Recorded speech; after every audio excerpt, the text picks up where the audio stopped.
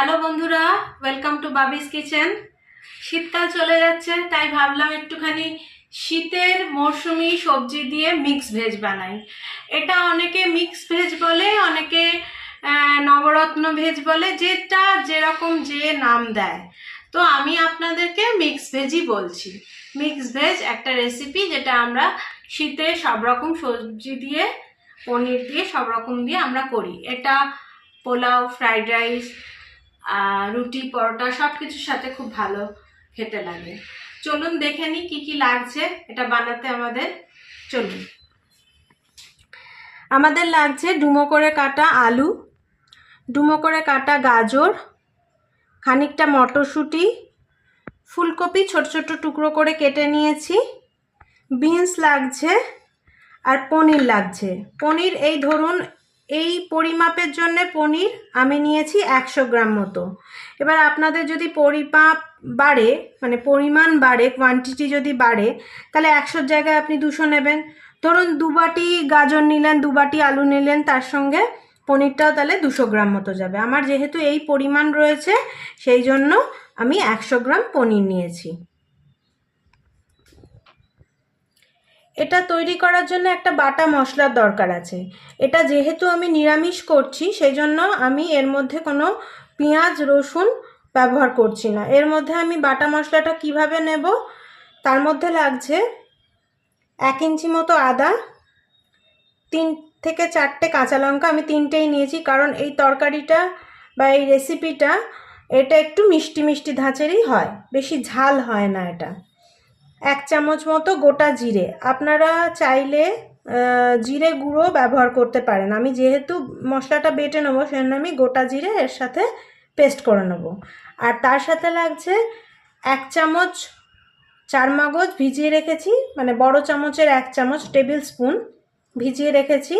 আর 1 চামচ কাজু, যেটা ভিজিয়ে রেখেছি, দুটোই ভিজিয়ে রেখেছি। পেস্টের সময় এই সবকটা উপকরণ আমরা মিক্সিতে ঘুরিয়ে পেস্ট করে নেব।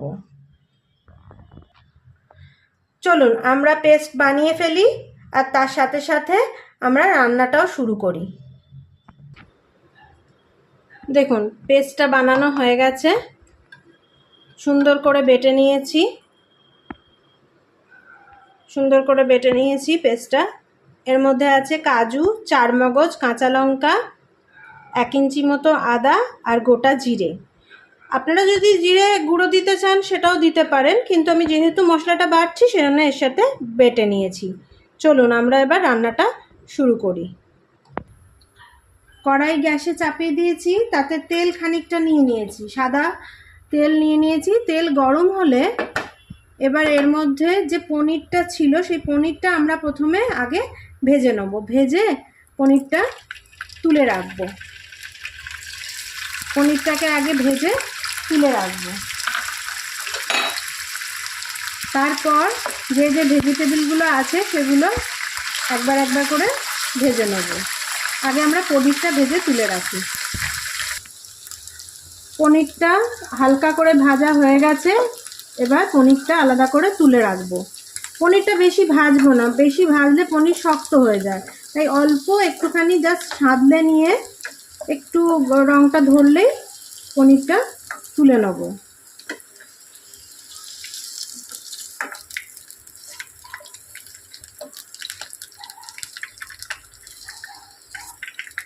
পনিরটা তোলা হয়ে গেলে এই তেলেই আমরা আগে শক্ত ভেজিটেবলগুলো দেবো। শক্ত বলতে যেরকম আলু, গাজর, এইগুলো আগে আমরা ভাজবার জন্য দিয়ে দেবো।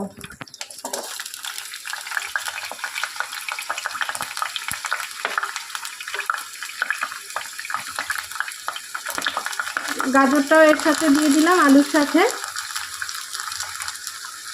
এরপরে দেবো ফুলকপিটা। ফুলকপিটাও একটু ভাজতে সময় নেয়, সেজন্য ফুলকপিটাও এটার সাথে দিয়ে দেবো। এবার এই তিনটে একটুখানি ঢাকা দিয়ে দিয়ে ভেজে নেব। একটু ঢাকা দিয়ে এই তিনটে ভেজে নেব।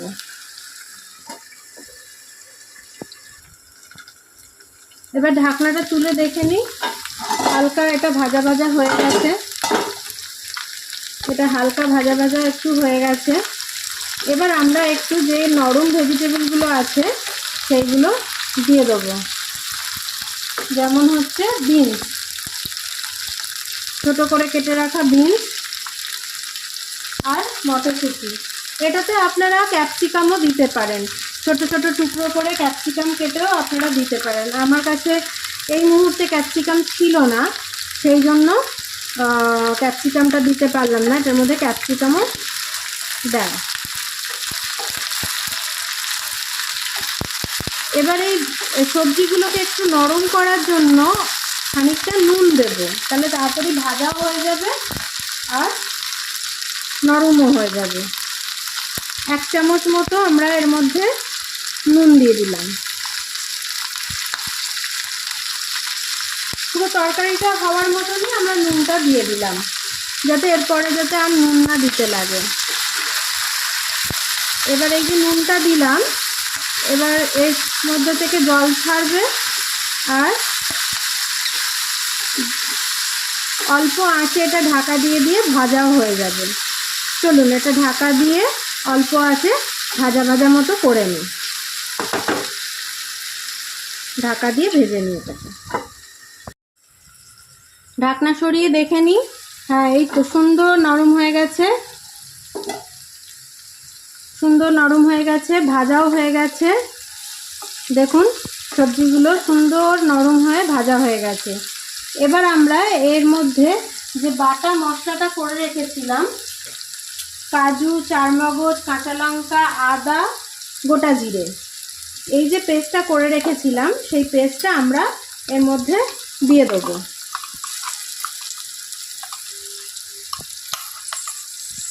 এই পেস্টটা আমরা এর মধ্যে দিয়ে দিলাম।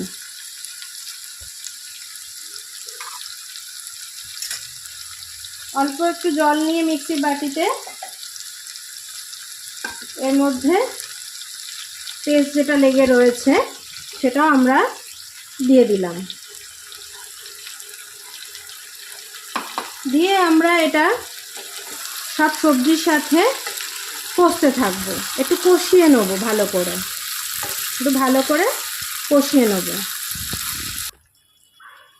এবার এই মশলাটা দেওয়ার পর একটু যেই মাখা মাখা হবে, এখন এই সময় পনিরটা দিয়ে দেবো। পনিরটা দিয়ে দেবো, ভেজে রাখা পনিরটা। স্বাদ মতো চিনি দেবো। এটা যেহেতু নিরামিষ রান্না একটু মিষ্টি মিষ্টি হবে, সেই জন্য 2 চামচ মতো চিনি দিয়ে দিলাম। এটা খুব সুন্দর খেতে হয়, ভীষণ সুন্দর খেতে হয়, আপনারা অবশ্যই বাড়িতে বানাবেন।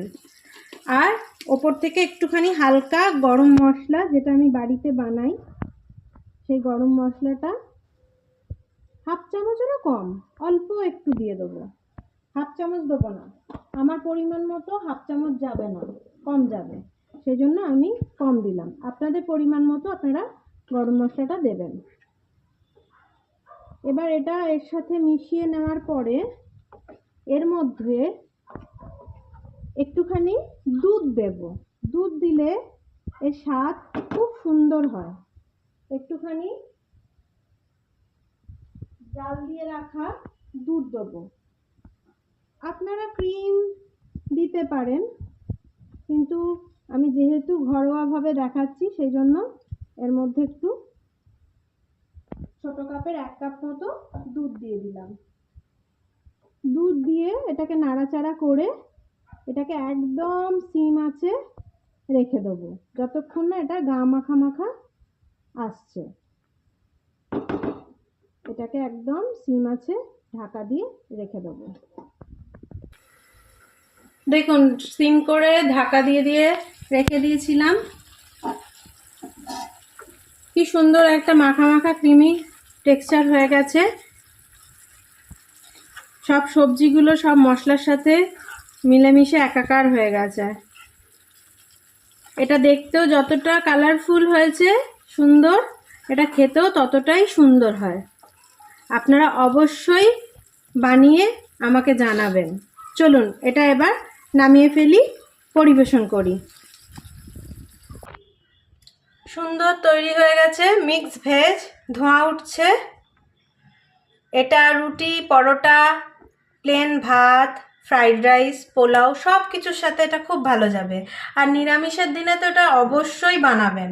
এত সুন্দর একটা নিরামিষ রান্না নিরামিষের দিনে অবশ্যই বানাবেন। সব রকম সবজি দিয়ে, সামান্য কিছু মশলা দিয়ে বানাবেন। বানিয়ে খেয়ে আমাকে জানাবেন কেমন লাগলো রেসিপিটা। মিক্স ভেজ, আবার অনেকে বলে নবরত্ন ভেজ, যে যেটা বলে, যাই বলুক না কেন রেসিপিটা সুন্দর, শুধু বানাতে অপেক্ষা। বানাবেন, খাবেন, রুটি, পরোটা, ফ্রাইড রাইস, পোলাও, যা কিছুর সাথে খাবেন। আমাকে কমেন্টে জানাবেন, সাবস্ক্রাইব করবেন। সাবস্ক্রাইব করার সাথে সাথে বেল আইকনটাও প্রেস করে দেবেন, যাতে সুন্দর রান্নাগুলো আমি বানিয়ে আপনাদের কাছে পৌঁছাতে পারি। তাহলে ভালো থাকবেন। টাটা বন্ধুরা।